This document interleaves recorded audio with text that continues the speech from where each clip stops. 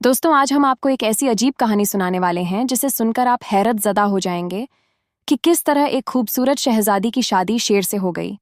तो आज की हमारी इस वीडियो को लाइक ज़रूर करें। बहुत समय पहले की बात है। एक बड़े राज्य में एक बादशाह का राज्य था और उस बादशाह की एक ही बेटी थी जिसको सब प्यार से शहजादी कहते थे। शहजादी का हुस्न देखने लायक था।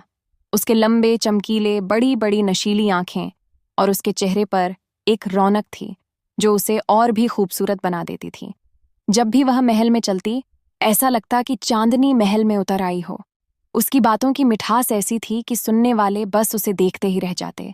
शहजादी की यह खूबसूरती और उसका अनोखा अंदाज ही उसके घमंड की वजह बन गया। समय के साथ साथ लोगों की तारीफें सुन सुनकर वह खुद को सबसे ऊपर समझने लगी। उसे विश्वास हो गया था कि इस दुनिया में उसके जैसा ना तो कोई और है और ना ही कोई उसकी बराबरी कर सकता है।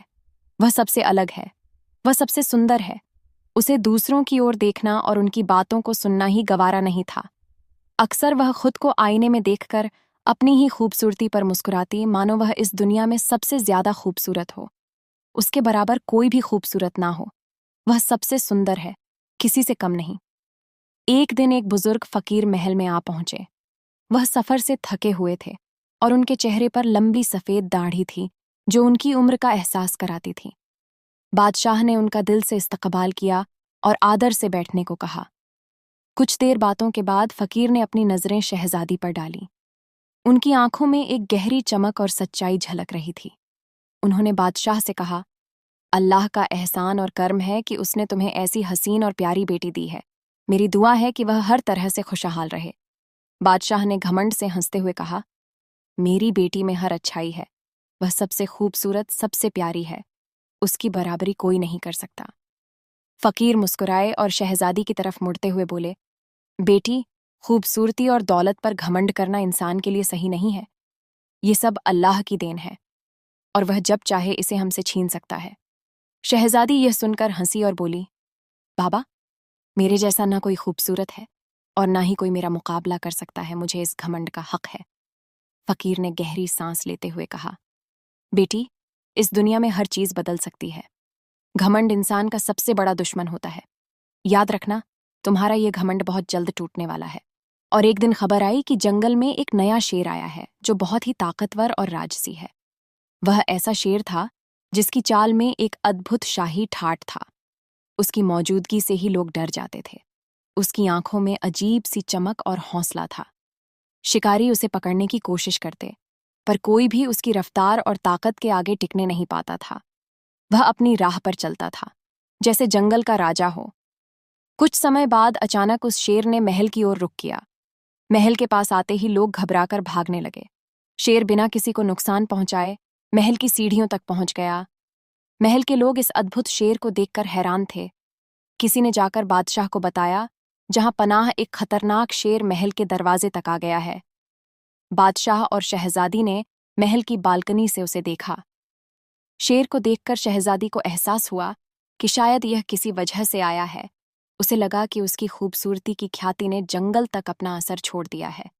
वह सोचने लगी कि यह शेर शायद उससे मिलने ही आया है, क्योंकि उसका दिल अब भी खुद की तारीफ कर रहा था। बादशाह ने अपने सिपाहियों से कहा कि शेर को रास्ता देने में कोई हर्ज नहीं है। इतने में वहीं फकीर भी वहां आ पहुंचे। उन्होंने बादशाह से कहा, जहां पनाह अल्लाह का हुक्म है कि इस शेर जैसे जानवर से आपकी बेटी की शादी होनी चाहिए, यह उसके घमंड का अंजाम है। बादशाह और शहजादी दोनों यह सुनकर हैरान रह गए। बादशाह के लिए अपनी बेटी की शादी एक जानवर से करना बहुत मुश्किल फैसला था, लेकिन फकीर की बातें मानने के अलावा उनके पास कोई और रास्ता भी नहीं था। आखिरकार शहजादी की शादी उस शेर से कर दी गई और उसे उसी के साथ जंगल में भेज दिया गया। शादी के बाद शहजादी को जंगल में शेर के साथ ही रहना पड़ा। महल के आराम और शानो शौकत के बाद अब उसे जंगल का जीवन जीना पड़ रहा था।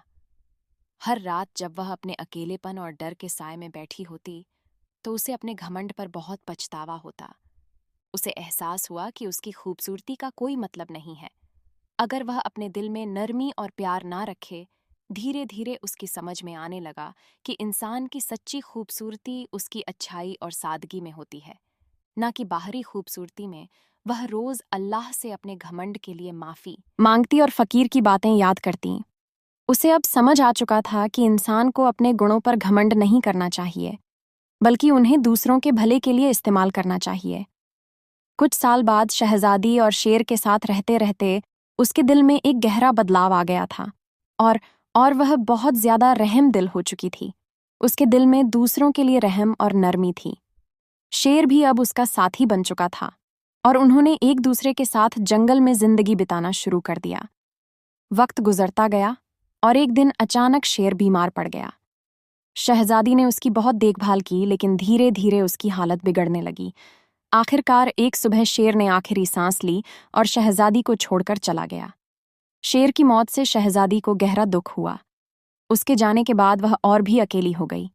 उसने अपनी जिंदगी जंगल में ही गुजारने का फैसला किया। कुछ सालों बाद उसी जंगल में उसकी भी मौत हो गई। सबक इस कहानी से हमें यह सीख मिलती है कि घमंड और खुद परस्ती का घड़ा एक दिन फूट ही जाता है।